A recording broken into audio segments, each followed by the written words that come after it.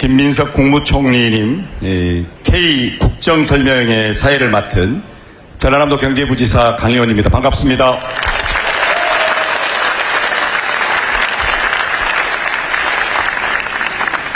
오늘 사회자한테도 박수를 크게 치신 거 보니까 분위기 좋습니다. 네. 아마 주차 관계로 조금 입장이 늦어지시는 분도 계시는데요. 네, 오늘 주말인데 이렇게 많은 분들이 가득 채우셔서 고맙습니다. 우리 국민주권정부에서 우리 도민들 또 시민들 주중에 공장과 직장 회사에서 일하는 분들 참여를 못 하시기 때문에 총리님께서 주말에 가능하면 하시자 해서 했는데 괜찮습니까? 네.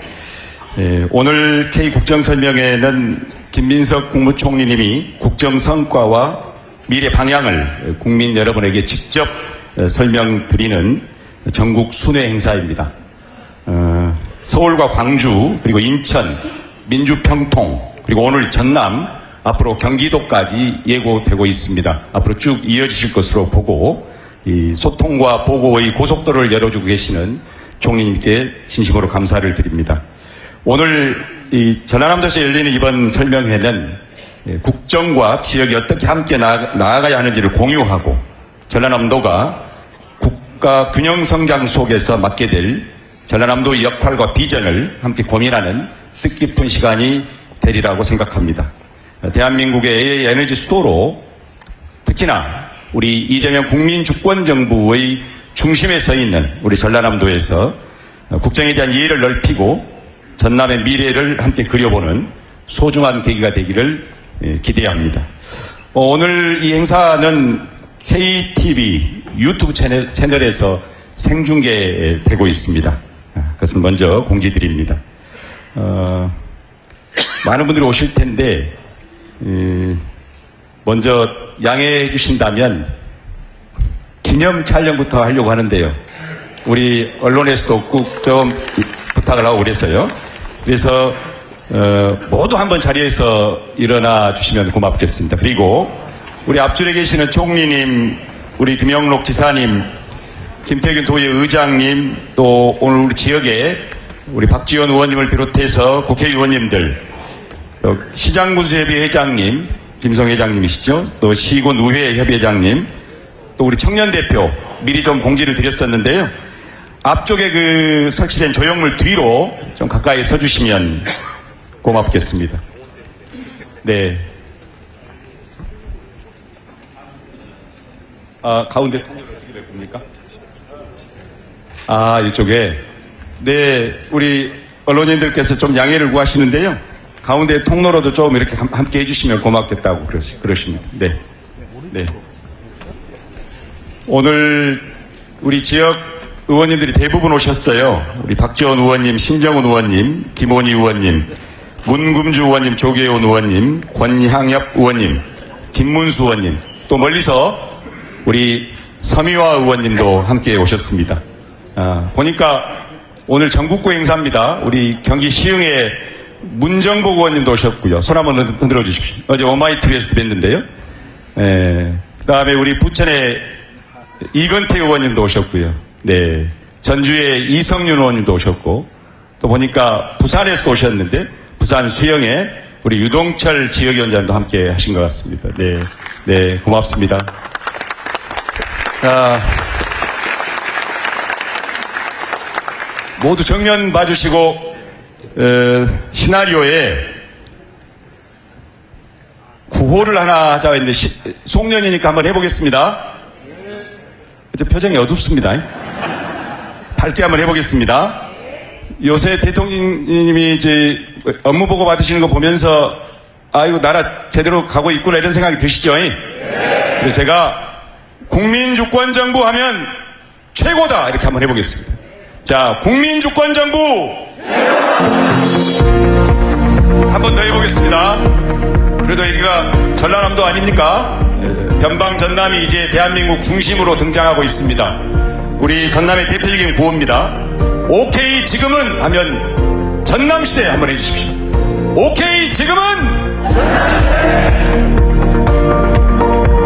한 번만 더 하겠습니다. 오늘 국정 설명에 오신 그래도 총리님 한번 이름을 한번 크게 외쳐주셔야죠. 좋아하시진 않으실 텐데 사회자 직권으로 하겠습니다. 자, 오케이 지금은 그러면 김민석으로 한번 하겠습니다. 자, 오케이 지금은 네, 고맙습니다.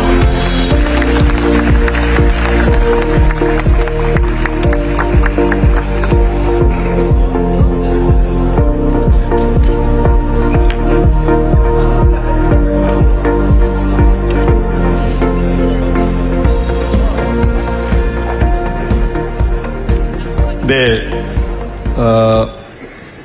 우리 총리실에서 제가 들은 얘기로는 국정설명회 하시면서는 내외빈 소개라든지 이런 것을 안 하고 오신 주권자 모두를 예우하는 측면에서 박수로 대체하고 하셨답니다. 그래서 지금 시장 군수님들, 22개 시, 군의 의원님들, 특히 우리 도의회 의원님들도 많이 오셨는데요.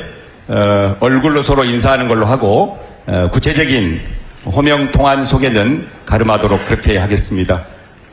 양해해 주시겠죠? 네, 네, 고맙습니다. 네, 오늘 이제 국정 설명에 김민석 총리님 소개해 드리겠습니다. 이렇게 아시는 바와 같이 당에 계실 때는 당원 주권이라는 명명을 만드신 분이기도 하고 또 우리 국민주권정부의 대통령과 함께 중심에 서서 정말 새롭고 다른 새로운 정부를 이끌어 주시고 계십니다. 일명 새벽총리이자 현장 총리이고 국민주권 총리인데요. 오늘 소개를 진행자가 하는 것보다 우리 도의 수장이신 지사님께 특별히 부탁을 좀 드렸습니다. 우리 지사님께서, 김영록 지사님께서 김민석 총리님 소개하는 시간을 갖도록 하겠습니다.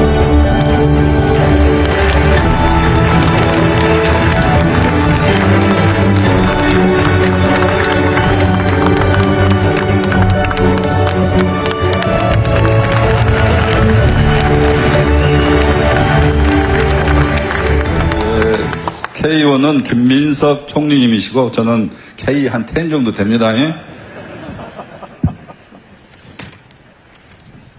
사랑하는 우리 도민 여러분, 그리고 내외기민 여러분, 이렇게 뵙게 돼서 대단히 반갑습니다.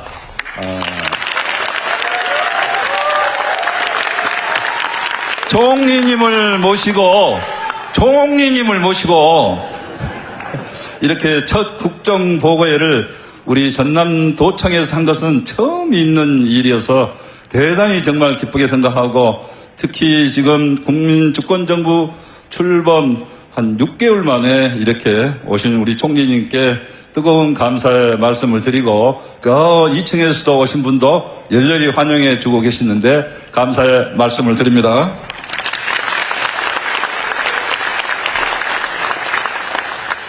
오늘 여러분의 뜨거운 열기를 보니까 국민주권정부에 대한 기대와 함께 총리님의 뜨거운 인기를 다시 한번 실감을 하게 됐습니다. 요즘 김민석 총리님 호남에서 뜨고 있다고 이렇게 많이들 말씀하시는데요. 우리 김민석 국무총리님께 우리 도민의 이름으로 우리 전라남도는 박수 칠 때 환호도 같이 하게 조례되어 있습니다. 열렬한 환호와 박수를 부탁드립니다.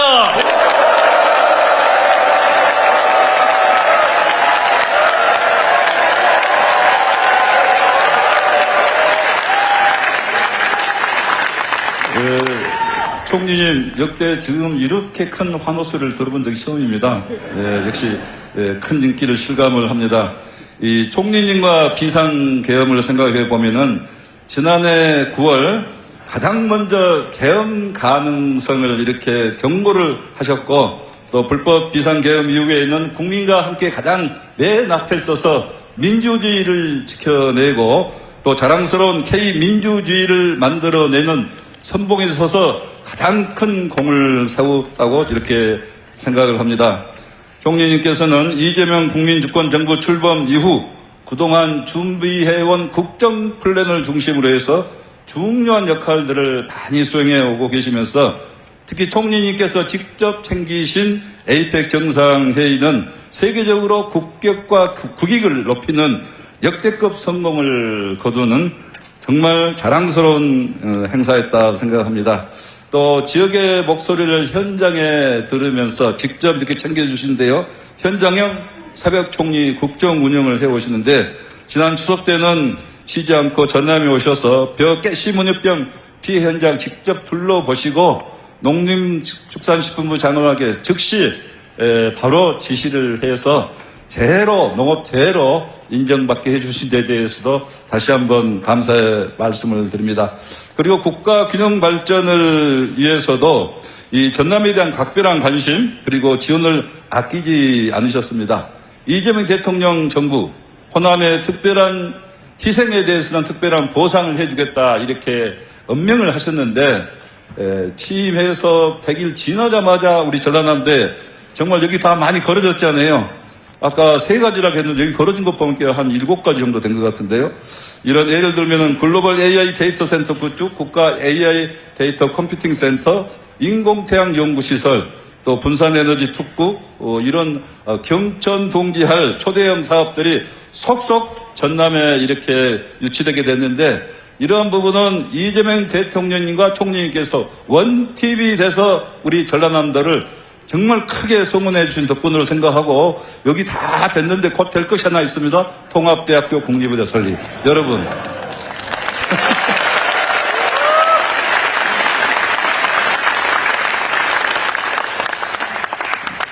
그리고 우리 총리님은 어머님의 애가가 진도인 전남의 손자로서 또 김대중 대통령님을 옆에서 가까이에서 보좌하면서 정치의 길을 함께 했던 각별한 인연이 있습니다. 그래서 오늘 총리님 이 국정 설명회를 김대중 강당에서 모시게 된 것도 정말 뜻이 깊다 생각을 하고요. 총리님 어머니 김춘옥 여사님은 민주화운동 가족협의회 초대 회장을 역임하시면서 평생을 민주화운동에 헌신해 오신 분입니다. 그 어머니의 그 아드님이시다 이렇게 생각이 됩니다. 그리고 저는 총리님께서 18년간의 정치 공백기 중에 쓰셨던 태수일기라는 이 책을 읽고 큰 감명을 받았는데요. 태수는 조용히 물러나서 내공을 닦고 내공을 기르고 자신을 닦는다 그런 뜻인데요.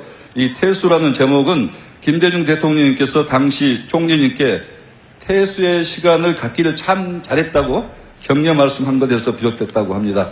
이 태수일기를 통해서 국내의 정세와 또 국정에 대해서 통찰력뿐만 아니라 인간 김민석 이 내면을 더욱 이해할 수 있게 된 좋은 책이었습니다. 이런 태수 시간들이 있었기에 큰 국가적 고난을 가장 앞장서서 몸으로 해결하시고 국민주권정부 새벽 총리로 오직 국민들만을 위해서 헌신하고 계십니다. 여러분 바쁜 국정 일정 중에도 이렇게 전라남도를 찾아주신 김민석 새벽 총리님을 뜨거운 박수로 다시 한번 앞으로 소개합니다.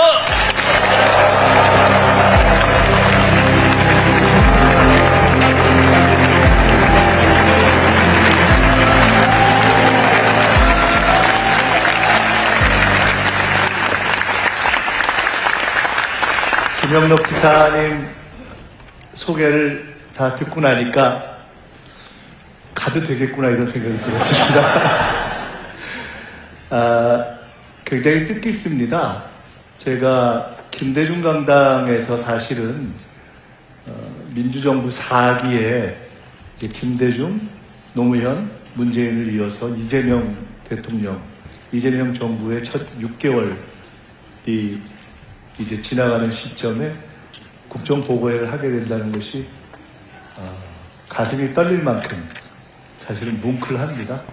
제가 오늘 아침에 기차를 타고 올 때 읽었던 책이 공교롭게도 어제 권노가 문희상 고문님 등 김대중 재단의 어르신들을 모시고 함께 식사를 했는데 바로 며칠 전에 따끈따끈하게 나왔다고 하면서 제게 주시면서 정말 정진해야 한다, 노력해야 한다라는 말씀으로 주셨던 책이 아주 이쁘게 나온 한 권에 10,000원씩인데 꼭 이렇게 사서 보시길 권해드리고 싶은 책입니다.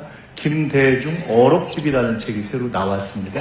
근데 제가 첫 페이지, 둘째 페이지를 읽고 잠시 덮어놓고 생각을 이렇게 했습니다. 굉장히 가슴에 와닿는, 평소에도 늘 가슴을 울리는 내용들인데, 우리가 사랑하고 존경했던 김대중 대통령이 첫째는 정말 쉬지 말고 공부해야 한다라는 말씀, 그리고 이 국민을 하늘같이 섬겨야 한다는 그 내용으로 시작하는 어록집을 이렇게 읽으면서 저는 스스로 여기 우리 존경하는 영원한 청년 박지원 우리 의원님이 계시지만, 박지원 의원님처럼 저도 스스로를 김대중 사람이다 이렇게 생각하면서 30대 김대중 대통령님께서 대통령이실 때 현직 대통령과 총재를 겸하실 때 총재 비서실장으로 정치를 배우면서 지금까지 오는, 그래서 저의 정체성으로 삼고 있는데, 김대중 강당에서 이렇게 말씀을 드릴 기회를 얻게 되니까 참으로 뭉클하다라는 말씀을 드리고 싶습니다. 게다가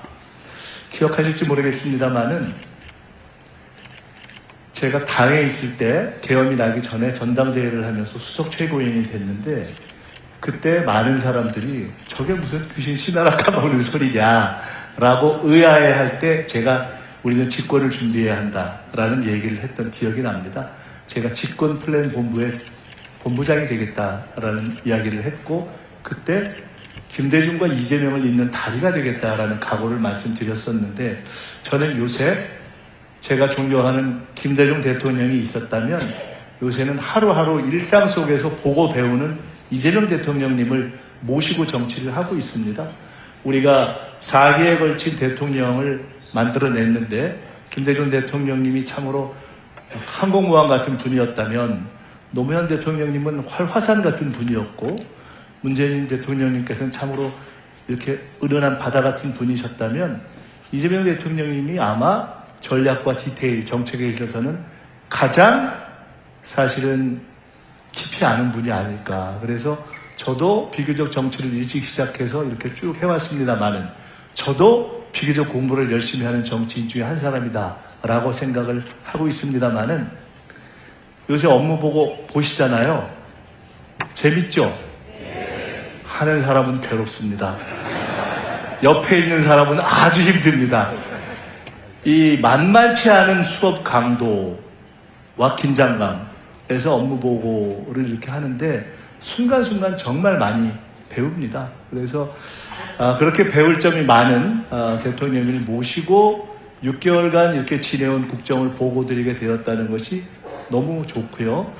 오늘 국정보고회를 하게 된 것은 이제 한 번쯤 정리해서 그것을 이렇게 나누고 더 크게 도와주십시오 하는 말씀을 드릴 때가 되었다라는 생각이 듭니다. 그래서 시작한 국정보고회입니다. 아까 개헌 말씀을 하셨는데, 사실은 제가 돌이켜보니까 1년 전보다 조금 전에 아무리 봐도 윤석열 씨와 그 세력들, 저 사람들이 계엄을 할 것 같다 뭐 이런 얘기를 한 적이 있지 않습니까? 그때만 해도 다들 아유 저희 약간 맛이 갔구나 이러면서 안 믿으셨지 않습니까? 근데 그게 맞았잖아요. 그래서 제가 어쩌다가 맞습니다. 근데 제가 여기 오늘도 딱 보니까 또 하나 이거 대략 맞을 것 같다는 제가 진단을 하나 하게 될 것 같습니다. 여기 계신 분들은 모두 이재명 대통령을 돕고 이재명 대통령을 찍고 그리고 민주정부를 만들어내자라는 마음을 가지고 지금까지 오신 분들인 것 같습니다. 맞죠? 오늘 자리는 그런 여러분들과 함께 그런 국민 여러분께 저희가 6개월간 이렇게 달렸습니다 하는 보고를 드리는 시간이다 이렇게 생각해 주셨으면 좋겠습니다. 워낙 이제 모든 것이 공개되어 있는 시기이기 때문에 세세한 말씀보다는 우리가 기억할 만한 굵직굵직한 말씀들을 이렇게 중심으로 말씀을 드리겠습니다. 제가 생각하기에는 김민서이가 이뻐서 오셨다기보다는 저희가 함께 중심으로 이제 국정을 이끌고 계시는 이재명 대통령의 국정을 응원하자 하는 마음에서 다 오셨다고 생각이 되기 때문에 일단 이 자리에는 안 계시지만 우리 이재명 대통령께 박수 한번 쳐드리면서 시작하면 어떨까요?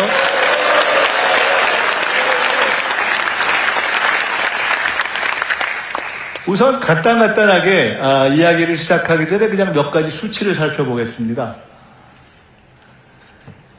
성장률, 경제가 어떻게 돼가느냐?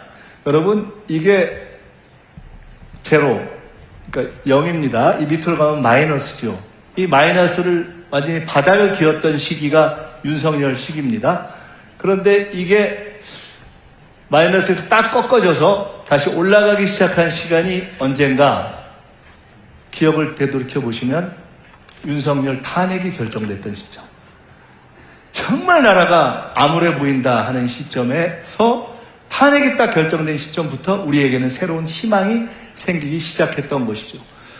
경제에서 잠재 성장률이라는 게 있습니다. 쉽게 이야기한다면 내 체격에, 우리나라 체격에, 지금 정도의 키에, 지금 정도의 펀치력을 가지고 우리가 정상적으로 뛰면 어느 정도 펀치를 날릴 수 있겠느냐, 어느 정도 체력을 발휘할 수 있겠느냐, 그것을 한국 경제가 지금 기본을 가지면 발휘할 수 있는 성장률이라고 해서 흔히 잠재 성장률 이렇게 이야기하죠.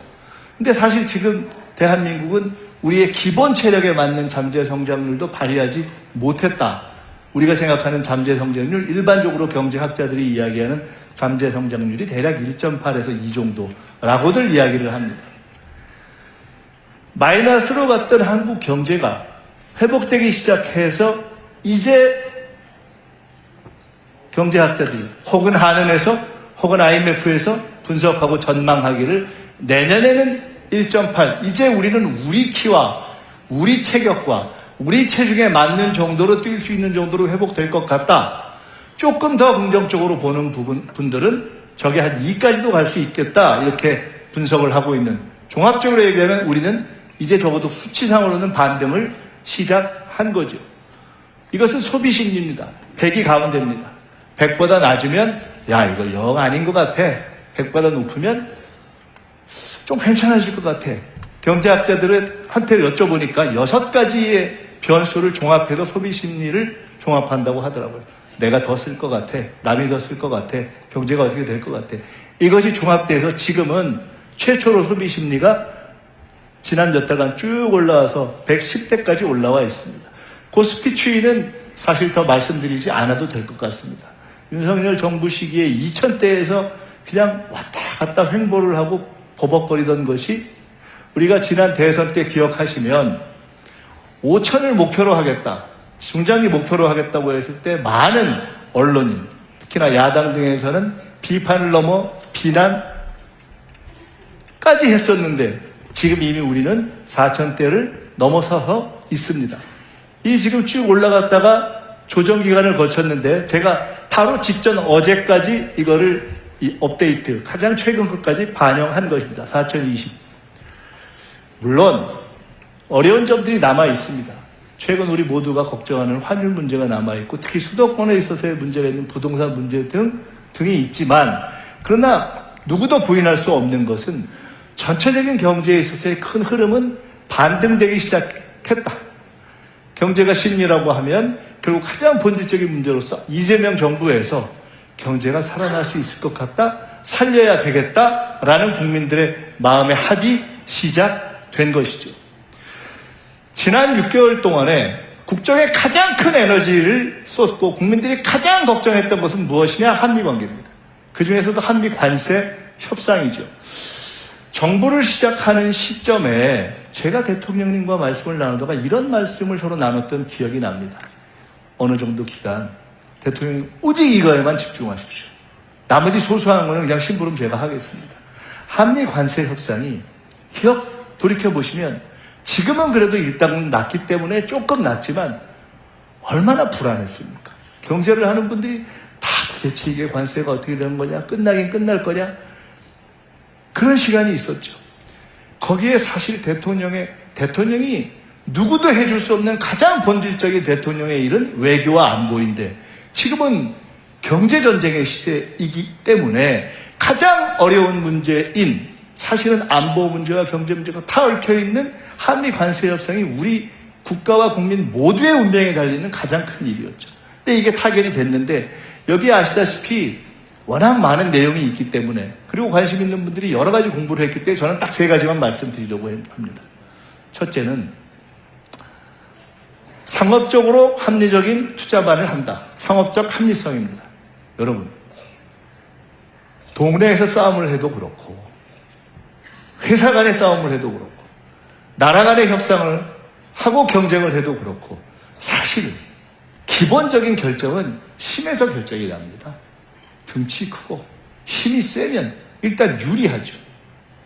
아무리 전략이 좋고 아무리 머리를 쓰고 아무리 꾀가 좋다고 하더라도 사실 기본적으로 체력과 이 힘에서 월등한 상대를 이기기는 쉽지 않지 않습니까? 우리의 경험 아닙니까? 그런데 우리의 상대는 누구였습니까? 미국이었습니다. 미국에서도 가장 협상을 잘한다고 하는 트럼프 대통령이 이끄는 미국과 협상을 한 것입니다.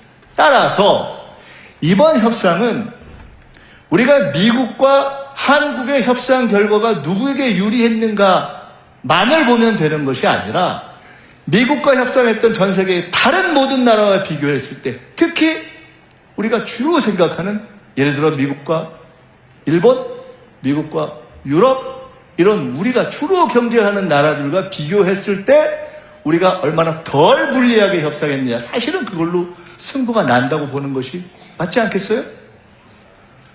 상업적 합리성이라는 것은 기본적으로 미국이 그리고 트럼프 대통령이 그 막강한 힘을 갖고 전 세계의 모든 나라가 안 하고 싶다고 할 수 없는 협상이 아니잖아요.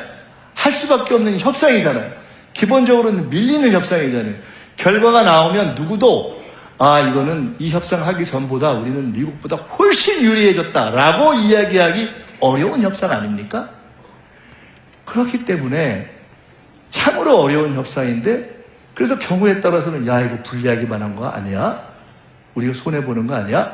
라고 할 수 있는데 그때 우리가 딱 붙인 우리의 중요한 협상 전략이 있었다. 그것이 바로 상업적 합리성. 쉬운 말로 하면 돈 되는 것만 한다. 미국과 여러 가지를 협상했고 여러 가지 복잡한 결론을 냈는데 그것의 모든 것을 하나의 고가로 우리는 딱 씌운 겁니다. 상업적 합리성. 오케이. 미국이 주도했고 미국이 제기했고 그 협상을 해서 우리가 앞으로 미국이 투자를 원하면 그런 부분을 갖고 투자도 할 것이다. 그러나 우리도 일방적으로 손해보는 일은 결코 안 할 것이다. 상업적 합리성. 돈 되는 것만 하겠다. 이것을 만들어낸 것은 우리의 이번 협상에서 매우 탁월한 결과이다. 두 번째, 이번 협상에서 중요한 것은 마스가 배. 다들 아시다시피 이번에 우리의 조선 역량은 이 협상 전체를 유리하게 이끌어내는 데 있어서 매우 중요한 역할을 했습니다. 이런 이야기를 저희가 했습니다. 충무공 이순신 장군께서 시작한 거북선의 역사로부터 시작된 어떻게 보면 양무호남 시무국가의 그 원천이 될 수 있을지도 모르는 그때 시작된 우리의 조선 역량. 과거에 정주영 회장이 그랬다는 거 아닙니까? 배 처음 만들 때 거북선 딱 보여주면서 우리가 왜 만들 거예요 이랬다는 거 아닙니까? 근데 그것이 미국이 미국과 중국과 경쟁하는 이 시기에 미국이 가장 필요하고 근데 미국이 가장 없고 그런데 한국이 제일 잘하는 바로 그 조선이 딱 우리에게 있었기 때문에 그것을 소위 지렛대로 해서 많은 것들을 해결해낼 수 있었다는 것이 매우 중요한 포인트입니다. 근데 그것을 우리가 협상 초반부터 정확하게 판단하고 여기에 집중하면서 이것으로 협상을 끌고 가야 되겠다라고 판단하는 것이 대단히 탁월한 전략이었던 것이죠. 여기서 하나 생각하고 싶은 것은 대통령께서 이런 말씀을 하셨죠. 이번 한미 관세 협상을 하면서 끝났을 때 뭐라고 하셨습니까? 정말 국력을 키워야 된다라는 생각을 많이 했다. 이제 한미 관세 협상이 끝나고 앞으로 우리가 여러 가지 일들을 해나가는 데 있어서 앞으로는 미국이든 유럽이든 일본이든 중국이든 어느 나라와 우리가 어떤 상황에서 어떠한 협상을 하더라도 반드시 우리가 우위를 점할 수 있는 강력한 그런 경쟁력을 가질 수 있는 우리만의 전략적인 무기를 갈고 닦아야 한다. 조선뿐만이 아니라 그것이 우리 대한국민에게 대한민국에게 주어진 역사적 과제다. 그런 무기들을 여러 개 가지고 있어야 우리는 당당하게 갈 수 있다. 이것이 두 번째 교훈이라고 생각합니다. 세 번째, 시간입니다. 저는요, 이번 협상을 시작할 때 대통령께서 이 말씀을 몇 번 하셨는데 이게 그렇게 중요한 것일까라고 사실 처음에 느끼지 못했습니다. 저뿐만 아니라 바로 이곳 이 전남 출신의 김용범 정책실장, 광주 출신의 김정관 산업부 장관, 이런 분들이 이번에 정말 탁월한 협상을 했거든요. 끈질긴 협상을 했거든요. 미국 사람들도 놀랄 만큼의 지혜를 발휘했거든요. 근데 그분들이 다 하나같이 하는 얘기가 있습니다. 대통령이 처음 시작할 때 결코 시간에 쫓기지 말아라. 결코 불리한 것에 대해서는 내가 서명하지 않겠다. 깨질 수도 있다는 각오로 버텨라. 라고 딱 처음에 지침을 준 것이 그렇게 어려운 시점에 흔들리지 않고 갈 수 있는 그런 힘이 됐다는 것을 시간이 갈수록 절감하게 됐다는 이야기를 합니다. 우리 박지원 원장님 여기 계십니다마는 국제적인 협상, 특히 미국과의 관계에 있어서 여러 가지를 하면서 해방 후에 우리가 사실은 미국이 그래도 뭘 하자고 하는데 딱 그거를 우리가 버티면서 시간을 끌고 경우에 따라서는 안 할 수도 있다, 깨질 수도 있다라는 각오로 시간을 버티는 것은 실은 쉽지 않습니다. 그렇게 쉽지 않습니다. 이 현실의 정치를 하거나 협상을 해본 분들은 다 아시는 분들이에요. 그런데 대통령이 그 원칙을 딱 가졌던 것, 저는 이것이야말로 세계가 평가할 때 그래도 한국이 어느 정도 이번에 덜 불리한 협상을 해내고 오히려 경우에 따라서는 앞으로 10년, 20년 후에는 마치 한미 FTA를 처음 시작할 때는 한국이 불리할 것이다 라고 했는데 친해놓고 나니까 한미 FTA에서 한국이 더 득을 봤잖아요.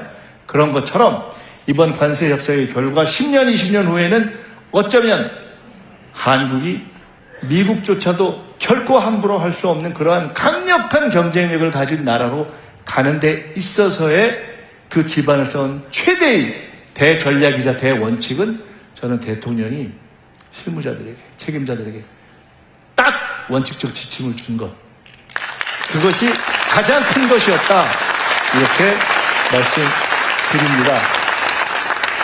그리고 지난 6개월은 한마디로 전 세계를 뛴 시간이었습니다. 많은 내용이 있습니다. 이 중에 한 가지만 제가 말씀드릴게요. 원래 예상 안 했는데 들어간 것, 아까 에이펙 말씀하셨는데요. 사실 에이펙이요, 제가 대선 때 집권플랜본부장이라는 걸 내서 앞으로 집권을 하면 100일을 어떻게 하냐 뭐 이런 계획을 좀 짜고 했었는데, 그때 사실 대선에서 승리하기 전에 제일 걱정했던 것 중에 하나가 에이펙입니다. 엉망될 것 같더라고요. 근데 제가 막상 우리가 대선에서 승리한 다음에 이게 총리가 준비위원장인데 제가 총리가 돼가지고 저걸 준비위원장 할 줄은 정말 몰랐습니다. 근데 처음엔 정말 캄캄했습니다. 근데 참으로 하늘이 도와서 저희들이 잘 만들어냈는데, 그 결과 중에 에이펙 정상회의에 문화창조 산업을 에이펙의 앞으로 새로운 전략 영역, 전략 산업으로 넣자라는 것을 합의를 만들어냈는데, 저것이 그렇게 간단한 것이 아니었습니다. 제가 구체적으로 말씀을 못 드리겠지만 참가했던 중에 꽤 힘이 있는 나라들 중에서 상당히 부담스러워한 내용이었습니다. 왜? 에이펙에 아시아 태평양 국가들의 관계에서 앞으로 쭉 협력을 해나갈 때 문화창조 산업을 공동의 어떤 전략적 산업으로 한다면 가장 득을 볼 수 있는 나라가 어느 나라냐? 한국이 되기 때문에 이런 내용들이 하나하나 들어간 것입니다. 여기서 제가 하나만 더 말씀드리고 싶습니다. 대통령이 외교를 잘한다고 생각하십니까? 못한다고 생각하십니까? 잘하죠. 최근에 여론조사를 보면은 이재명 대통령에 대한 국정에 대한 여러 가지 평가가 있는데, 그 중에 잘한다고 생각하는 이유 중에 제일 1번이 뭐냐? 외교를 잘한다예요. 근데 이게 너무 이상한 거예요. 이재명 대통령께서 김대중 대통령님처럼 민주화 운동을 하다가 망명을 해서 미국이나 일본에서 상당 기간을 계시면서 그렇게 이렇게 외교적 훈련을 한 그런 분이 아니잖아요. 누구처럼 외국에 유학 가서 막 한 유학파도 아니잖아요. 뭐 평소에 외교관계위원회에서 뭐 외교를 오래 갈고 닦은 분도 아니잖아요. 근데 왜 이재명 대통령이 외교를 잘하시지? 저는 사실 잘할 줄 알았습니다. 왜? 당에 계신 분들은 혹시 기억하실지 모르겠어요. 우리가 예상치 못했던 계엄이 일어나고 그래서 대선이 시작되기 전에 그냥 일상 시기에 당시 당 대표였던 이재명 대표께서 거의 매주 빼놓지 않고 한 일정이 하나 있었습니다. 그게 뭐였냐? 서울에 있는 주한 외국 대사들과의 만남이었습니다. 그걸 쭉 지속적으로 했어요. 저는 그때 이분이 준비를 하고 계시구나 이렇게 느꼈습니다. 그냥 흔히 얘기하는 그냥 정치인들, 정치 지도자들, 당대표들이 그냥 의례적으로도 가끔 만나기도 하는 미국, 일본, 중국, 러시아 그런 4강 대사뿐만이 아니라 유럽이나 또는 아프리카나 이런 다양한 국가의 대사들을 지속적으로 만나시는 걸 제가 보면서 준비를 하고 계시구나 이렇게 생각을 했습니다. 준비를 한 것. 그 바탕에는 국가와 국민을 위해서 국정을 맡겠다는 의지도 있었고 책임감도 있었고 그러한 바탕들이 다 쌓여서 저는 지난 6개월 사실 계엄 직후 6월 4일에 우리가 대통령 선거 끝나고 나서 불과 열흘이 되기 전에 첫 해외 정상 외교 활동이 시작됐습니다. 근데 그러고 6개월을 정말 정신없이 달려온 겁니다. 정신없이 달려서 이제 한 12월 중순쯤 돼서 이제 조금 끝나고 일단 외교 끝나고 호흡 조금 가다듬고 숨 좀 돌릴 수 있나 했더니 바로 또 업무 보고를 해가지고 우리를 또 피곤하게 하는 이런 대통령. 그래도 6개월 동안 열심히 했다 이렇게 인정하실 수 있죠? 좀 쪼개서 이제 한번 보겠습니다. 제가 얼마 전에 대통령님하고 같이 있는 자리에서 이렇게 말씀드렸습니다. 장르를 하나 만드셨어요. 무슨 장르에서 넷플릭스보다 재밌는 정치 다큐를 하나 만드셨다고. 완전히 떴다고. 이게 이제는 재미를 넘어서 이제는 교육의 단계까지로 가고 있다고. 여러분, 지금 우리가 국민주권 정부, 또 당에 이재명 대통령 계실 때는 당원주권 정당을 시작하시고, 근데 대통령께서 가장 많이 하시는 말씀이 결국 정치는 국민이 한다. 이것은 우리가 오늘 이 자리에 있는 김대중 대통령께서 하셨던 결국 국민이 하늘이다와 똑같은 것입니다. 이 국민주권의 실험이 시작된 겁니다.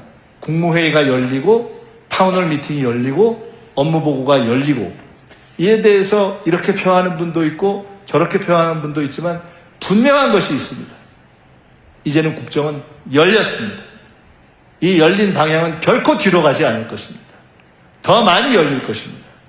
이제는 대통령이 회의를 열었고 총리실도 필요한 부분의 회의를 국민에게 공개할 수 있는 것을 열 준비를 하자고 저희는 준비를 하고 있고 각 정부 부처에도 이제는 국민의 관심이 있는 내용들에 대해서 열면서 가자라고 말씀을 하고 있습니다.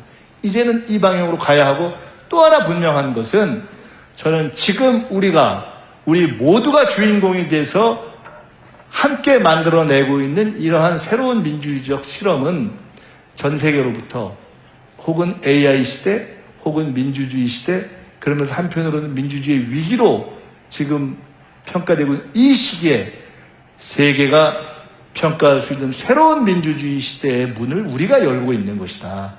그리고 그것이 K민주주의이고 김대중 대통령께서 과거 싱가포르에 이광열 수상하고 논쟁을 한 적이 있었습니다. 아시아에선 민주주의가 안 된다. 근데 김대중 대통령 무슨 소리냐. 우리가 민주주의의 전통이 있고 이런 민주주의를 선도할 수 있다. 저는 확신합니다.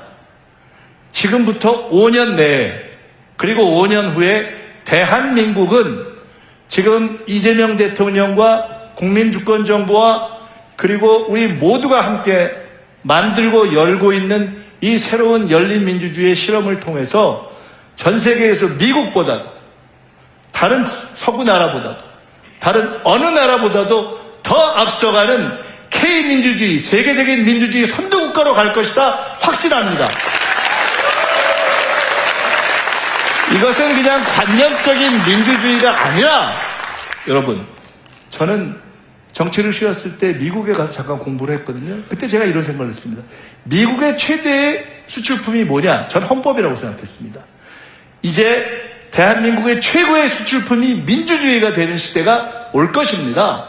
그리고 그것은 그냥 민주주의의 이념이 아니라 이 AI 시대의 민주주의와 결합해서 AI 시대의 민주주의를 구현하는 다양한 기술적인 능력까지, 기술적인 실험까지, 다양한 시스템까지, 어떻게 정부가 민주주의를 구현하느냐, 어떻게 지방정부가 구현하느냐와 결합된 그러한 다양한 민주주의의 이념뿐만 아니라 산업까지도 발전하게 될 것이다. 이미 그렇지 않습니까? 어떤 나라들은 전자투표 같은 것들을 실험해서 전자민주주의, 전자정부에서 앞서고 그것 자체가 산업이 되고 있지 않습니까? 저는 결국 그런 방향으로 갈 것이다. 이렇게 확신을 합니다. 두 번째입니다. 김대중 대통령께서 아주 두껍게 쓰신 본인의 생전에 정리했던 자서전이 있었습니다. 평생을 정리한 자서전인데 거기에 맨 마지막에 후기가 한 10여 페이지 됩니다. 근데 그 후기에 제일 앞에 한 4페이지 정도가 어떤 내용이냐? 대한민국은 외교를 잘해야 사는 나라이다. 딱 이렇게 돼 있어요. 그리고 대한민국은 정치인뿐만 아니라 국민이 외교를 잘해야 사는 나라이다. 이렇게 써 있어요. 대한민국은 지정학적 위치 때문에 필연적으로 외교를 잘해야 사는 나라입니다. 당당하게 쉽지 않았죠. 에이펙 때 마지막 날 정상 만찬이 있었습니다. 여기서 GD가 공연을 하고 여기서 정상들이 만찬을 하고 쭉 있고 저쪽 방에서 정상들이 대기했다가 들어오는데 마지막 날이어서 대통령님께서 각 정상들이 오시면 악수를 하고 이렇게 안으로 들여보내면 그분들이 잠깐 함께 동반 입장하기 위해서 준비하면서 커피를 마시는 바로 그 대기실에서는 제가 제일 앞에서도 그분들을 이렇게 맞이했습니다. 한 분 한 분 오셨는데 제일 마지막에 입장하신 분이 시진핑 주석이었어요. 근데 시진핑 주석을 이렇게 뵈니까 진짜 이 체격도 좋고 포스가 있더라고요. 흥미로운 발견을 했습니다. 그 앞에 서 있는 각국 정상들이 들어와 있었는데 시진핑 주석이 딱 들어오시니까 앞에 있던 정상들이 각자 이렇게 자유롭게 하다가 그래도 시진핑 주석하고 악수를 한 번 더 하려고 이렇게 쭉 하는 그 자연스러운 그런 분위기가 형성되더라고요. 간단치 않죠. 이 힘이죠. 미국의 트럼프 대통령처럼 중국의 시진핑 주석처럼 그 국가의 힘이 갖는 그러한 자연스러운 결과 아니겠습니까? 그런데 여러분 아시다시피 우리 대통령이 시진핑 주석 앞에서 참으로 당당하게 그러면서도 여유 있게 참으로 자연스럽게 할 이야기를 다 하고 그러면서도 그 내용을 만들어내서 우리가 잘 풀어지지 않던 문화, 다시 공연 이런 문제까지도 풀어내는 그러한 모습을 보지 않으셨습니까? 트럼프 대통령하고는 어땠습니까? 트럼프 대통령이 그렇게 쉽게 칭찬자를 안 하지 않습니까? 트럼프 대통령이 참으로 격찬하는 그러한 결과를 만들어내지 않았습니까? 내용도 있고 최대한 절제하고 예우하지만 그러나 비굴하지 않게 보이면서 우리 국민들이 충분히 자부심을 느낄 정도의 모습을 갖추지 않았습니까?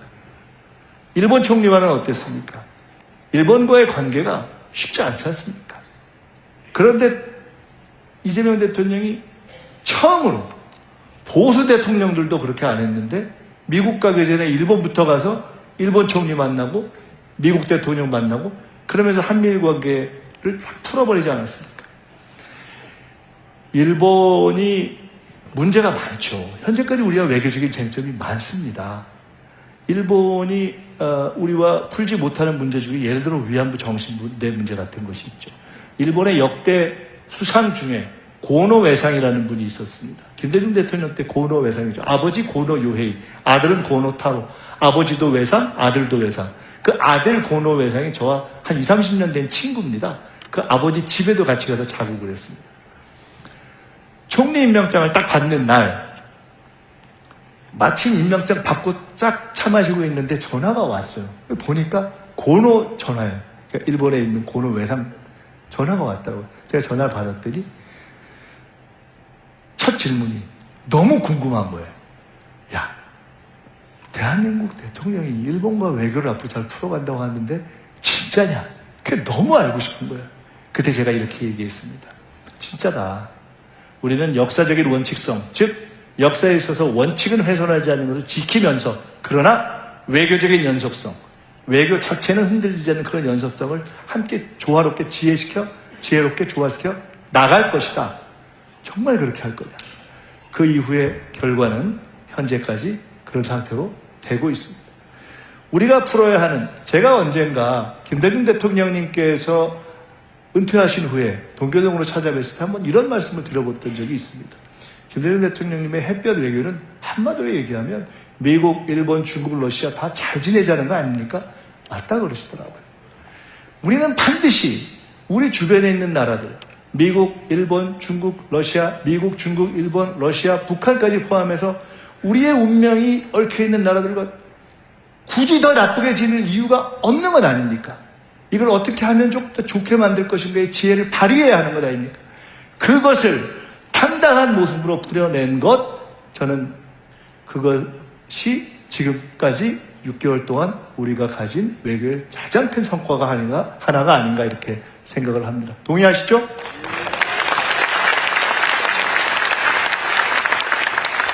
이쪽 그림은 대기업 CEO들, 아마 여기가 제가 한화의 회장님 같습니다. 여긴 이재용 회장님, 여기는 그 젠슨왕하고 그 셋이 모였을 때 가장 젊다고 하는 우리 정의전 회장, 또 롯데 신동물 회장, 이런 대기업 회장들이시고, 저쪽은 민주노총, 한국노총, 그리고 우리 노동부 장관 사진입니다.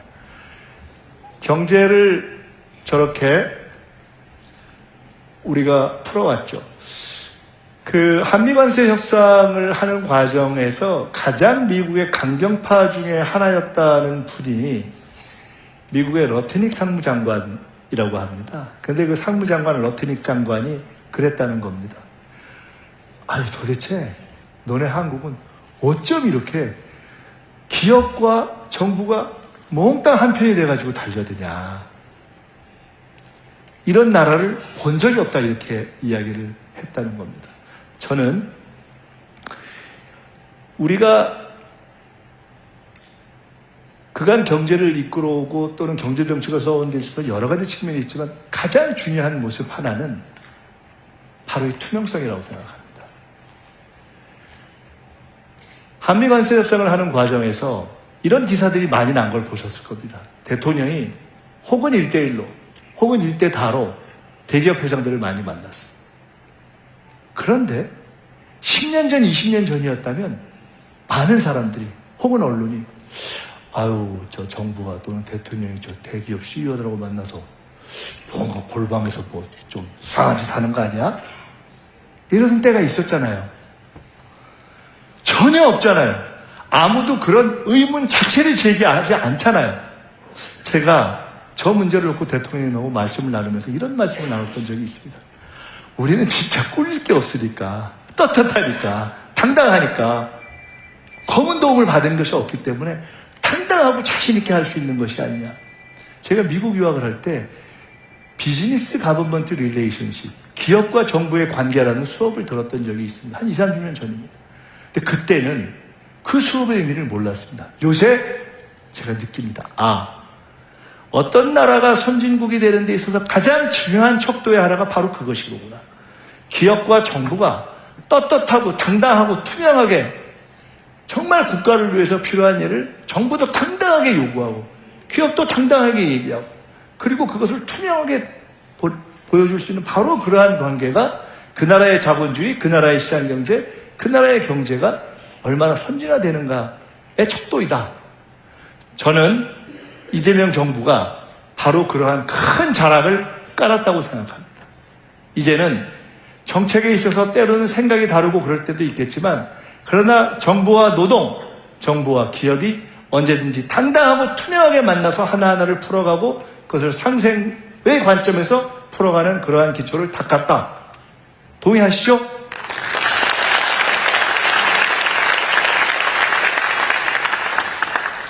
그렇게 해서 우리는 미래를 준비해가고 있습니다. 제가 당에 있을 때 대선을 준비하면서 ABCD 그때 제가 만들었던 조어 중에 하나입니다. 지금 우리가 그것을 새 정부가 이제 출범해서 하나하나 실제로 실현해 가고 있습니다. A, AI, B, 바이오, C, 컨텐츠 앤 컬처, D, 디펜스, 방산, E, 에너지. 이것들을 다 해나가고 있습니다. 하나하나 해나가고 있습니다. 그 모든 것들을 하나하나 해갈 뿐만 아니라 또 하나 매우 중요한 것은 참으로 중요한 원칙. 서울에서 멀리 떨어진 곳일수록 더 약한 곳일수록 그간 발전이 덜 된 곳일수록 이 발전의 혜택을 누리게 하자는 그런 균형 발전과 지역을 살리는 원칙을 가지고 이것을 실현해 가고 있다. 바로 그러한 것들 하나하나가 예산에도 담기고 바로 이곳 전남의 도청에 바로 이곳에 현수막에 담겨 있는 내용들로 하나하나 구현되고 있는 것이 아닌가 이렇게 생각을 합니다. 여기서 또 하나 중요한 말씀을 드리고 싶습니다. 이 모든 미래를 향한 우리가 새로운 전략을 펼쳐가는 중심에 우리는 앞으로 문화국가, 원래 백범 김구 선생이 꿈꿨던 문화국가를 이루어가려는 하는 내용들을 담아가고 있습니다. 대선을 하기 전 12월 말 1월 초쯤이었나요? 이런 말씀을 대통령님하고 나눴던 기억이 납니다. 앞으로 국가 비전이 뭐가 돼야 되는가? 저는 그때 말씀드리길 백범 김구 선생이 꿈꿨던 지금 세계가 한류 시대니까 진짜 문화국가를 궁극적인 비전으로 삼아야 되지 않겠습니까? 대통령께서 전적으로 공감한다고 말씀하시면서 그러나 지금은 성장과 민주주의가 워낙 훼손되어 있는 시기이기 때문에 우선 지금은 성장과 민주주의 회복을 우선해야 한다. 성장 국가이다. 그리고 우리는 궁극적으로 문화 국가로 나아가야 한다. 그래서 우리는 모든 정책을 펼침에 있어서 이 문화적 기초를 중시하면서 그걸 깔고 있습니다. 사실은 이 문화 국가로 오는 이 과정에는 우리가 존경하는 김대중 대통령이 깔았던 그 기초부터 시작해서 쭉 이 민주 진영과 민주 정치 세력이 담겨 이 실현해왔던 그런 정책들의 기초가 있는 것이죠. 개대헌도 있고. 이 마지막 그림이 마지막 사진이 어떤 사진인지 아시나요? 국중박 아닙니까? 국중박. 이번에 사실은 에이펙을 하는 과정에서도 우리 유홍준 국립중앙박물관 관장님 도움을 많이 받았는데요. 제가 이 과정에서 우리 유홍준 관장님께 국중박에 저렇게 사람들이 어마어마하게 모이는 의미를 몇 가지 들었는데 그걸 꼭 여러분께 전해드리고 싶습니다. 첫째, 지금 우리나라 국중박이 전 세계 박물관 가운데 넘버 4 안에 듭니다. 뉴욕, 런던의 대형 박물관, 파리의 루브르 박물관 등등 있죠. 근데 중요한 차이가 있습니다. 그 나라들은 거기에 있는 내용물들의 상당 부분이 자기 게 아니야. 다 식민지를 가졌던 나라들 아닙니까? 거기서 가져온 것이 대부분 아닙니까? 우린 그런 게 없잖아요. 두 번째, 전 세계에 100여 개가 넘는 박물관의 관장들이 쭉 한국에 오면 제일 부러워하는 게 있답니다. 일본을 포함해서. 그건 뭐냐면 일본도 그렇고 전 세계 어느 나라도 젊은 사람들이 박물관을 찾는 경우가 없다는 겁니다. 저렇게 젊은 사람들이 줄 서서 있는 나라가 없다는 거예요. 그냥 다 어르신들이 주로 간다는 게 너무너무 부러워한다는 겁니다. 이러한 힘, 이러한 문화국가의 꿈을 저희가 아까 말씀드렸던 A, B, C, D, E를 해가면서 저희들이 하나하나 그 기반에 담으려고 노력하고 있습니다. 한 가지 더. 이번에 에이펙을 하면서 느낀 것이 있습니다. 에이펙을 해서 경주는 사실 우뚝 섰습니다. 경주가요, 어느 정도냐면은 KTX 경주가 하는 편을 아마 증편을 한다면 증편한 숫자만큼 꽉꽉 차서 내릴 정도로 많이 갑니다, 이제는. 저는 사실은 이번에 제가 에이펙을 하면서 경주를 10번을 갔는데 이쪽에 경주에 재발견을 한 거죠. 그리고 시작할 때 끝난 뒤에 경주를 찾는 관광객의 숫자가 확실하게 늘지 않는다면 에이펙은 실패다. 저는 이렇게 생각하고 준비를 했습니다. 근데 확실하게 는 거죠. 근데 에이펙이 끝난 뒤에 저는 어떻게 생각하냐. 이제 우리 포스트 에이펙으로 가야 된다. 포스트 에이펙의 핵심은 뭐냐? 문화와 관광인데 사람들이 서울에 오죠. 그러면 서울, 또 어딜까요? 부산, 제주, 그 정도 거리도 많이 가는 데 아니겠습니까? 거기 말고 지방으로 어디를 가느냐, 그 두 번째, 세 번째, 제2의 경주, 제3의 경주를 만들어내야 되는 거죠. 경주까지는 어느 정도 된 것 같습니다. 제가 요새 제일 큰 관심사 중에 하나는 제가 총리로서 국가관광전략회의의 의장이기도 한데 에이펙 저번에 한번 했고 이제 곧 준비하려고 하고 있습니다. 제일 관심 갖는 것은 호남에서는 어디지? 충청에서는 어디지? 일단 경주 이상으로 서울에 왔다가 서울에서 끝내는 것이 아니라 서울에 왔던 한류의 팬들이 찾는 곳을 만들어내야 한다. 반드시. 그 제2의 거점들을 한 군데씩은 적어도 만들어내야 그 다음에 다른 지방으로 확산할 수 있다. 라는 생각을 아주 절실하게 하고 있습니다. 그런 고민을 전남과 함께 했으면 좋겠습니다. 다음은 생명. 이제 뭐 거의 끝나갑니다. 생명 존중입니다. 이재명 정부의 국무회의를 지켜보셨으면 아실 텐데 대통령이 특별히 강조하는 대목들이 있습니다. 생명에 관한 것입니다. 첫 번째, 산재입니다. 이게 참 어렵습니다. 산재를 어떤 경우에는 어떤 언론에서는 그거 좀 그만 얘기하지, 이런 얘기가 있을 정도로 대통령이 강조합니다. 근데 참으로 진심을 갖고 강조하는 겁니다. 이 정도 되는 나라에서 이제는 꼭 산재 일터에 나가서 목숨을 잃을 정도의 그런 환경은 아닌 정도로 우리가 경제 발전을 해야 되는 것이 아니냐라는 진정성을 가지고 제도를 개선하려고 하는 것이죠. 근데 쉽지가 않더라고요. 지금 현재 50인 이상, 50억 이상의 사업장에서는 줄고 있습니다. 확실히 줄었습니다. 근데 어디가 이게 안 주냐? 50인 이하, 50억 이하. 그래서 저도 직접 현장을 이렇게 가보곤 합니다. 쉽지 않습니다. 이 싸움은, 이 산재를 줄일 싸움은 쉽지 않을지 모릅니다. 하지만 할 것입니다. 두 번째, 산불. 이런 재난 하나하나에 대해서 확실한 조치를 하고 있습니다. 작년에 비해서 이제 올해를 작년으로 한다면 내년에는 확실히 산불에 대한 피해를 줄여야 하겠다라고 생각하는 조치를 몇 가지 했습니다. 가령 헬기가 딱 산불 나면 떠서 물을 뿌려서 불을 끄는 진화의 시간을 줄이기 위해서 일단 군 헬기를 포함해서 산불 진화에 사용되는 헬기의 숫자를 확실하게 늘리고, 더 중요한 것은 일단 불이 시작되면 뜨게 했습니다. 가다가 돌아오는 한이 있더라도 30분을 줄인 겁니다. 세 번째는 자살입니다. 자살이 한 해에 지금 약 15,000 정도. 너무 많은 거죠. OECD에 들어있는 국가로서 너무 부끄러운 숫자입니다.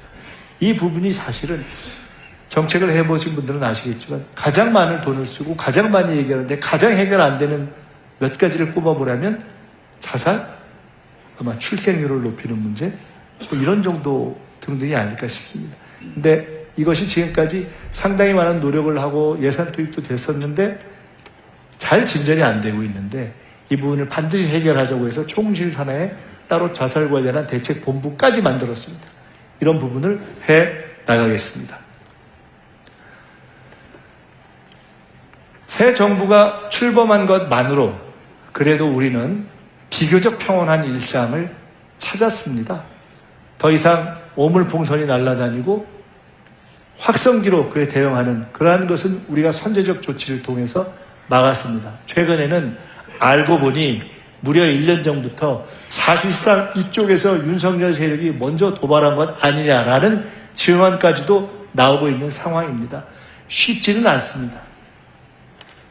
북한의 핵에 대한 개발을 바로 멈추게 하는 것도 쉽지 않고, 북한이 아예 우리는 두 국가다, 그냥 원수다 라고 이야기하고 그것을 이론으로 만들고 있는 상황을 되돌리는 것도 쉽지 않고, 그러나 여러분이 업무 보고에서도 보셨듯이 저희들이 포기하지 않고 그 노력을 할 것이고, 적어도 더 이상 불필요하고 무리하고 어리석은 갈등을 만드는 일은 안 하는 쪽으로 확실하게 정책을 바꿔서 지난 6개월 동안 그 이전에 오물풍선과 확성기가 날아다니던 그런 상황은 일단 스톱시켰다. 이 스톱시킨 이유에서 우리가 꾸준히 노력을 더 해가겠다. 그리고 이 노력을 더 해가는 데 있어서는 정부를 믿고 정부의 평화를 위한 노력을 함께 쭉 이어나갈 수 있도록 버텨주시는 국민의 지지가 매우 중요하다 하는 말씀을 특별히 부탁을 드리고 싶습니다. 제가 지금까지는 비교적 우리 이렇게 하고 있어요. 앞으로 괜찮을 거예요. 전망도 괜찮을 것 같습니다. 라는 얘기를 중심으로 드렸습니다. 그러나 저희가 꼭 그렇게 낙관적으로만 보고 있는 것은 아닙니다. 쉽지 않은 일들이 있습니다. 당장 경제에 있어서도 아까 말씀드렸던 그러한 환율이니 부동산이니 이런 등등이 있고요. 그래 당장 전남 지역에도 지역 자체에 있어서 지역을 이끌어왔던 경제, 지역뿐만 아니라 나라를 이끌어왔던 경제 자체가 흔들리는, 해당 산업이 흔들리는 그러한 어려움이 있는 곳이 있습니다. 제가 여러 가지 어려운 것 중에 하나만 예를 그냥 들었습니다. 한류가 세계에서 정말 지금 근사하다라고 하고 있는데 막상 뚜껑을 잘 열어보면 이거 외화 내빈이네 하는 그러한 대목들이 있습니다. 이게 지금 뭐냐면 우리가 만든 드라마 제작 편수입니다. 올해 84편, 10년 전인 2015년에 84편, 2022년에 141편. 똑같은 84편이 올해 10년 전이지만 지금의 84편과 10년 전 84편은 전혀 다릅니다. 왜? 10년 전에는 상승할 때의 84편이에요. 지금은 전 세계가 다 한국이 최고인가비요? 이러고 있는데 막상 정점을 찍고 내려와서 내실은 굉장히 어려움에 빠져있는, 실제로 돈은 넷플릭스가 벌고 제주는 한국이 제주만 부리고 있다라고 평가되는 이러한 구조적인 어려움이 있습니다. 이것뿐만이 아니죠. 많은 부분에서 우리는 이 변화의 시기에 겉으로 보기엔 괜찮지만 조금 방심하면 한순간에 뒤집힐 수도 있는 그러한 여러 가지 위험 요인들을 안고 있습니다. 방심하면 안 된다라는 것을 놓치지 않고 그 위기의식을 갖고 가겠습니다. 이제 마칠 때입니다. 사실은 아까 여기 올라오기 전에 의원님들 같이 계실 때 우리 잠깐 말씀드렸습니다만 오늘 아침에 제가 이 자리에 오기 전에 진도를 들렸다 왔습니다. 진도에 고성초등학교라는 초등학교가 저희 외중조부님이 지으신 학교거든요. 거기에 우리 박지원 의원님의 천친께서 1회시고 박 의원님 몇 회시라고요? 23회시라고 가지고 여기 들렸었습니다. 저희 어머님이 그 민가협이라는 단체 초대 회장이신데 어머님이 지금보다 훨씬 정정하실 때도 왔다 가셨고 저도 몇 년 전에 왔다 갔는데 최근에 좀 궁금해하셔서 한번 이쪽 오게 되면 들렸다 가라 이렇게 하셨습니다. 그런 애정이랄까 뿌리랄까 굳이 따지면 그런 어떤 그런 것이 있죠. 근데 그런 어떤 개인적인 애정, 뿌리, 연고, 호남의 혼자다 이런 걸 떠나서 제가 이 말씀을 좀 드리고 싶습니다. 이재명 대통령님께서 호남에 대한 애정이 진짜 찐입니다. 찐.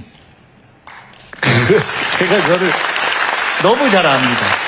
너무 잘 압니다. 그 얘기를 여러 번 했어요. 대한민국의 어디에라고 대통령이 애정이 없겠습니까? 저는 이재명 대통령께서 호남에 대해서 갖는 애정 내지는 마음은 어찌 보면 어려운 사람들 또는 어려운 지역이 가져왔던 불이익을 극복하는 정치를 하고 싶다라는 그러한 정치관을 가진 분이잖아요. 그런데 아마 호남에 대해서도 그런 민주주의를 만들어 왔고 국가에 늘 어려울 때 근간이 되었고 바탕이 되어 왔지만 실은 경제적으로는 전체적인 평균적으로 볼 때 상당히 낙후의 어떤 불이익을 감수해 왔던 그 지역이 이 변화한 시대에 있어서 제자리를 잡고 더 나아가서 우뚝 서야 한다는, 그리고 그것에 무언가 기여하고 싶다는 그러한 마음이다라고 저는 느껴지는 대화를 여러 번 했습니다. 정말로 호남이 잘 돼야 된다. 그래서 이제는 우리가 호남이 없으면 나라가 없다라는 그런 정신적인 자부심 또는 독재의 시대의 민주주의의 성지로서의 어떤 그런 자부심, 김대중이라는 위대한 대통령 지도자를 만들어냈던 그러한 자부심, 이 나라의 유일한 민주정당인 민주당을 지탱해왔던 그러한 지역으로서의 자부심을 넘어서 이제는 변화하는 시대에 정말 미래의 근간으로서 탈바꿈해야 할 때가 됐다고 생각합니다. 물이 들어왔습니다. 이제 물이 들어왔기 때문에 노를 저어야 할 때가 됐다 이렇게 생각합니다. 그 내용들이 아까 우리 지사님께서 말씀하셨던 것처럼 딱 통합대학교 국립무대 설립 하나만 빼고 저걸 아까 말씀 주셨으니까 같이 노력을 하시자고요. 사실은 아까 A, B, C, D 말씀드렸지만 뭐니 해도 A, B, C, D 중에 압도적으로 중요한 것이 A 아닙니까? AI에 이제 죽고 사는 거 아닙니까? 근데 그 AI의 어떤 심장을 이곳에 갖다 놓는 건 아닙니까? 국가 AI 컴퓨팅 센터를 포함해서 재생에너지 수소, 농업의 AI 전환, 이 모든 것의 실험의 거점들이 저는 바로 이곳 전남으로 내려왔다. 그것이 정책적 뒷받침도 될 것이고 예산으로도 이미 실현되고 있고 대통령의 관심과 이 정부의 애정으로도 실현되고 있다. 그리고 이 정부가 실현해 나갈 많은 정책들을 실제로 현실로 만들어 나갈 정책의 곳곳에 이 지역 출신의 많은 탁월한 관료들이, 공무원들이, 공직자들이 일하고 있다. 그런 점에서 정부와 또 지방정부와 함께 우리는 새로운 전남의 대부흥을 만들어갈 때가 됐다. 이렇게 말씀드립니다.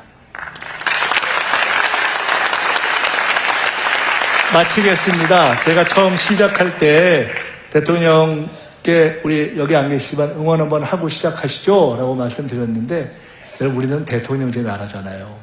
대통령이 정말 중요합니다. 제가 그 생각을 정말 많이 합니다. 아니 이렇게 대통령이 중요한데 지난 시기에는 도대체 나라가 어떻게 돌아갔지? 어떻게 돌아갔을까? 상상이 안 가는 거예요 정말. 그게 안 돌아간 거죠. 대통령이 고민을 해야 되잖아요. 나라를 어디로 끌고 갈 것인가 고민을 하고 대통령이 열심히 하니까 저희 같은 사람도 긴장하죠. 긴장 안 할 수가 없습니다.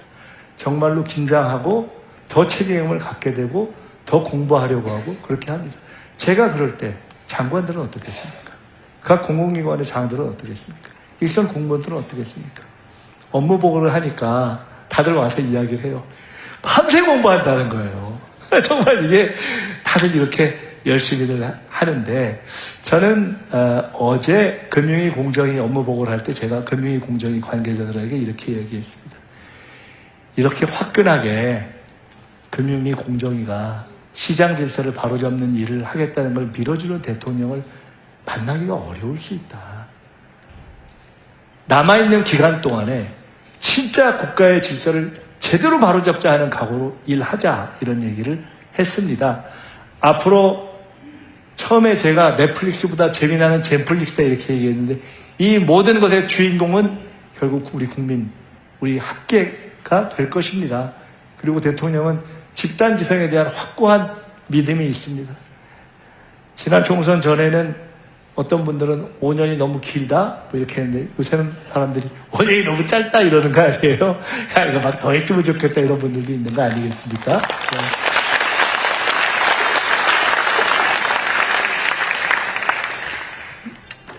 이재명 대통령과 함께 참으로 열심히 하겠습니다. 그리고 저희가 1기, 2기, 3기, 4기 이제 민주정부를 만들어서 딱 6개월 됐지만 이 민주정부가 대한민국 정말 골든타임에 참으로 감사하게도 나라가 선진국의 입구까지 왔는데 주저앉느냐 계속 갈 수 있느냐 하는 그 딱 위기의 분수령에서 우리가 다시 여기 계신 모든 분들의 힘과 노력과 도움과 협력으로 새 민주정부를 만든 것 아니겠습니까?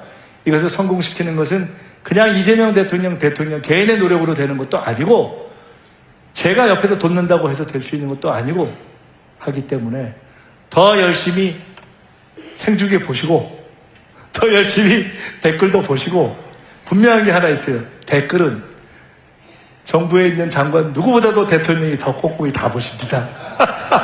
그러니까 다 하시고 그리고 또 잘못한다 싶을 때는 또 그에 대해서도 질책의 말씀을 주시고 그렇게 하겠습니다. 저희가 최선을 다해서 열심히 해서 반드시 국민과 함께 성공하고 승리해 갈 수 있도록 더욱더 앞으로 도와주십사 하는 말씀 드리면서 일단 이렇게 말씀을 마칠까 합니다. 고맙습니다.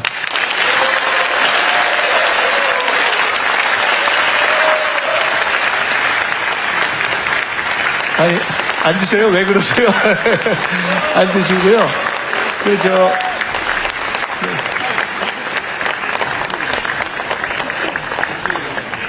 네, 제가 저 가라고요? 앉으시죠. 아마 오신 분들 중에 아마 이제 제가 말씀을 들어보니까 나가면서 뭐 조금 개인적으로 혹시 궁금한 거 있으면 주실 말씀도 있고 뭐 사진도 찍고 그러실 분도 있는 것 같다고 해서 여기서의 시간을 더 많이 가질 것 같지는 않고요. 한 뭐 5분에서 10분 이내로 몇 분만 제가 질문 각단히 받고 답변 드리고 그렇게 하면 어떨까 합니다. 가급적 여러분이 계실 수 있으니까 요점 중심으로 질문만 주십시오. 네. 혹시 누가 마이크, 예. 안녕하십니까. 저는 전남 순천시에서 아침에 사실은 저희 주민들과 함께 버스 한 대와 우리 총리님이 오신다고 해서 이런 혹시 기회가 될까 정말 학수거대하고 이렇게 왔는데 정말 시간을 내주셔서 감사합니다. 저희는 지금 한 60여 명 정도 아침에 지금 버스로 와가지고 점심 먹고 우리 총무님 질의 한번 들고 싶어서 이렇게 왔습니다. 이런 기회를 주셔서 감사합니다. 저희는 사실 5년 임대아파트에 입주하고 있는 주민들입니다. 그런데 일부 부도덕한 건설업체에 임대아파트 사기로 인해서 피해자는 있으나 현재 가해자가 없는 이런 억울한 상황에서 거의 잠 못 이루고 5년간을 이렇게 발만 동동 구르고 살고 있습니다. 너무 억울하고. 근데 어떻게 저희들은 국토부, 그 다음에 허그, 그 다음에 우리은행, 이런 것에 수많은 질의와 또한 또 민원도 제기하고 이번에 또한 공익감사가 있었습니다. 사실은. 그래서 공익감사도 요청도 했고 여러 가지 방법으로 저희 억울함을 호소를 했으나 이번에 공익감사도 역시 채택이 되지를 못했습니다. 근데 저희 집 없는 서민들이 사실은 말 잘 듣고 착하고 이런 사람들입니다. 집이 없어서 5년간 임대로 살다가 분양을 해서 저희들이 주택기금 4,400만 원 저희들이 부담을 하고 2,900은 건설업체에서 이렇게 5년 후 분양을 해서 이렇게 하게 돼 있는데 저희들은 정당하게 4,400을 지급을 했는데도 저희 등기부등본을 지금 띄워보면 우리은행에서 근저당 설정을 7,300에 대한 8,760만 원을 현재 해지를 안 해주고 있습니다. 저희들은 법인 통장에 분명히 4,400을 넣었는데도 이러한 주택기금에 대한 허점을 노력해서 저희들이 이렇게 가슴 아프게 지금 99명, 100여 명이 지금 이 고통을 받고 있습니다. 지금 8천만 원의 돈을 다시 또 상환해야 되는 이러한 상황에 놓여 있습니다. 저희 서민들은 그 돈이 적지 않은 돈이거든요. 네네. 총리님, 예. 이 일을 꼭 저희들을 좀 돌봐주십시오. 네, 감사합니다. 예. 제가 지금 순천에서 오신 거죠? 순천에서 제가 여기 오는 과정에서 들었습니다. 전혀 약간 내용은 다른데 일종의 전세 사기처럼 사실은 이제 임대에서 분양으로 넘어가는 과정에서 발생한 사기로 인한 피해를 지금 받으신 건데 제가 아마 여기 지금 들으시는 분들은 내용을 잘 모르실 수 있을 것 같고 하기 때문에 따로 거기 대표분들을 우리 김문수 의원님 계시죠? 예. 좀 소개를 해 주셔서 따로 이렇게 말씀을 좀 듣고 하는 자리를 가져서 좀 달리 상의를 좀 하도록 하겠습니다. 네. 그렇게 하겠습니다. 예, 그렇게 해 주십시오. 네.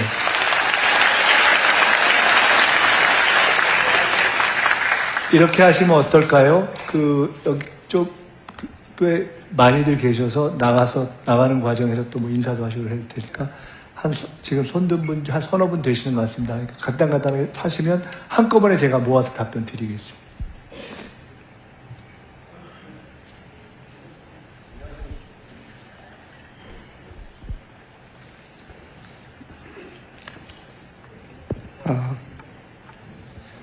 안녕하십니까. 저는 해남에서 온 임업인 이상기라고 합니다. 국민의 정부고, 국민주권 정부인데, 지금 5국 3특 정책이나 아니면은 지방 분권 강화를 위해서 우리 임업인들이 조림이나 쑥갓고기 하는 예산을 지방으로 밀어내고 있습니다.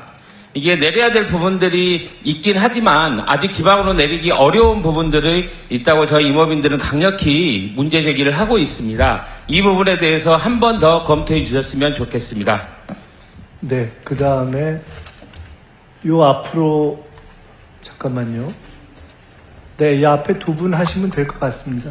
나머지는 이렇게 해서 두 분만 듣고, 혹시 죄송하지만은 다 너무 오래 기다리시게 하긴 그러니까 나가면서 제가 있을 테니까 혹시 간단하게 또 질문이나 주문이 있으시면 메모해서 전화번호 주시면 될 것 같습니다. 예. 예, 총리님 수고하셨습니다. 국민 주권 정부 때문에 살맛이 납니다. 저는 15개 전라남도 농업인단체 상생과 신속한 정보국회를 위해 함께한 전라남도 농업인단체연합회 상임대표 최원섭입니다. 먼저 지난 10월에 총리님께서 직접 저희 지역을 방문해 폐가시문해병 폐해 현장을 직접 찾아주셨고, 이 문제에 대해 정말 깊이 감사드립니다. 총리님 덕분에 농업재료 인정을 받을 수 있었습니다. 우리 농민들은 정말 정부가 우리 편이라구나, 이런 생각을 감히 해봅니다. 오늘 총리님께 저희가 현장에서 느끼는 우리 농어촌 현실은 지방 소멸이라는 무거운 중책을 갖고 있습니다. 전남은 22개 시군정 20곳이 소멸 위험적으로 돼가고 있습니다. 일할 사람은 적고 시설은 낡아가는데 기후변화까지 겹쳐서 더욱더 어렵습니다. 이 위기를 극복하고 전남이 다시 할 일을 찾을 수 있도록 농협이랑 수협 본사가 반드시 전남으로 내려와야 한다고 생각합니다. 총리님도 아시다시피 전남은 전국에서 농수산물을 가장 많이 생산하고 주요 농업기관이 모여있어 기반을 충분히 갖추고 있습니다. 이 점을 헤아려서 총리님께서는 이번에 큰 선물을 주시고 하시면 좋겠습니다. 고맙습니다. 여기 한 분만 더 하고 마치면 될 것 같습니다. 예. 아까 한 분 더 드신 거 아닌가요? 된 건가요? 아, 됐어요. 그러면 이제 마무리할까요? 이쪽에는 없으시죠? 네, 여기 그럼 두 분이, 네, 여기 두 분까지만 하겠습니다. 안녕하십니까. 총리님, 귀한 시간 주셔서 감사합니다. 저는 영암군에서 온 두 아들을 키우는 이택림입니다. 총리님께서 최근에 아동수당 대상을 만 8세에서 만 13세로 확대해 주신다고 해주셔서 너무 기뻤고 반가웠습니다. 다만 아동수당이 월 10만 원이다 보니까 돌봄비나 교육비 부담을 덜기에는 좀 부정한 게 현실인 것 같습니다. 저희 전남에서는 올해부터 출생 기본소득을 월 20만 원씩 18세까지 주고 있는데, 이 좋은 제도를 국가적인 제도로 정책을 해주시면 어떨까 하는 생각에 건의를 드리고 싶었습니다. 감사합니다.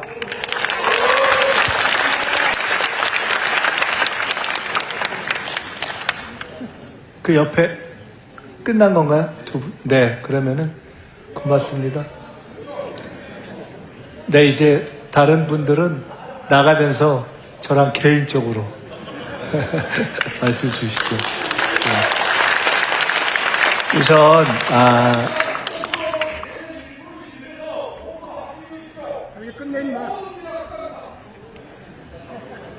네, 우선 아까 순천은 아까 말씀드렸던 대로 김문수 의원님 통해서 제가 따로 총무실에서 뵙도록 하겠습니다. 임업에 대한 아까 말씀 주신 것은 제가 잠깐 말씀드려서 사실 구체적으로 정확하게 어떤 내용인지 잘 모르겠어요. 조금 정리해서 나중에 나갈 때 연락해서 좀 자세히 말씀 주셨으면 좋겠습니다. 벽계 시무늬병은 말씀처럼 사실 저는 그 벽계 시무늬병을 재해로 인정해야 된다고 했을 때 사실 좀 정부가 부담스러워했습니다. 저도 좀 모르는 거여서 부담스럽더라고요. 근데 이거 알지도 못하고 그러는 건 좀 잘못인 것 같다 싶어서 가서 보고 막상 현장을 보니까 이게 의미가 있겠다 싶어서 그래서 재해로 인정된 것이 다행이라고 생각하는데 실제 그거를 산정하고 하는 과정에서는 상당히 어려움이 있는 분들이 있다는 내용도 또 듣고 있습니다. 그래서 앞으로 하여간 현장을 중시하면서 더 이렇게 문제를 하나하나 해결해 가겠다는 말씀을 드리고요. 지금 농협 수협 말씀하셨는데 지금 최근에 충남 대전 그 통합 문제도 최근에 이제 아주 급물살을 타고 논의가 확산되고 있는데 그런 논의가 나오는 큰 배경 중에 하나 대통령께서도 그 문제에 대해 상당히 확고한 생각을 갖고 계신데 이게 수도권 서울의 부동산 문제도 그렇고 이게 지금 이런 방식으로 가서 도저히 문제가 해결될 수 없다는 생각을 강하게 갖게 됩니다. 균형 발전의 문제, 지방을 살리는 문제 등등에 있어서 그러한 연장선 위에서 그런 어떤 충남 대전의 통합 이런 문제도 나오는 것이다 하는 말씀을 별도로 설명을 드리면서 이후에 2차 공공기관 등등의 이전 문제를 저희들이 적극적으로 검토를 할 것입니다. 그때 주신 말씀들을 포함해서 저희들이 함께 국회도 있고 당도 있으니까 의논해 가도록 하겠습니다. 끝으로 그 주신 말씀 중에 출생기본소득을 이렇게 전국적인 것으로 확산시켜 가자 하는 것에 대해서는 당연히 그런 생각을 가지고 있고요. 그렇게 할 수 있도록 여러 가지 지금 실험을 하고 확대를 하는데 저희들이 최대한도로 그 속도감 있게 그걸 늘려나가서 이렇게 늘리다 보면 그것이 전체적인 국가 정책으로까지 발전할 수 있지 않겠는가 이렇게 생각을 합니다. 그 질문 주시고 답변 드리는 시간이 조금 짧아서 아쉽긴 하지만 아까 말씀처럼 제가 나가서 인사드릴 때 혹시 좀 개별적으로 전달하시고 싶은 말씀이 있으면 그렇게 듣도록 하겠습니다. 오늘 제가 드렸던 말씀을 한마디로 종합하면 이겁니다. 여러분이 도와주셔서 그래도 새로운 민주정부, 4기 민주정부, 국민주권정부가 출범할 수 있었습니다. 그리고 지난 6개월 정말 숨가쁘게 달려왔습니다.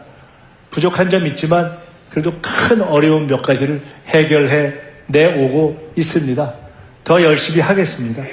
그러나 그것은 대통령 혼자만의 힘으로 되지 않습니다. 지금까지 그랬듯이 더 단단하게, 더 힘있게, 더 따뜻하게 대통령과 정부를 일할 수 있도록 도와주십시오 하는 말씀을 드리겠습니다. 감사합니다.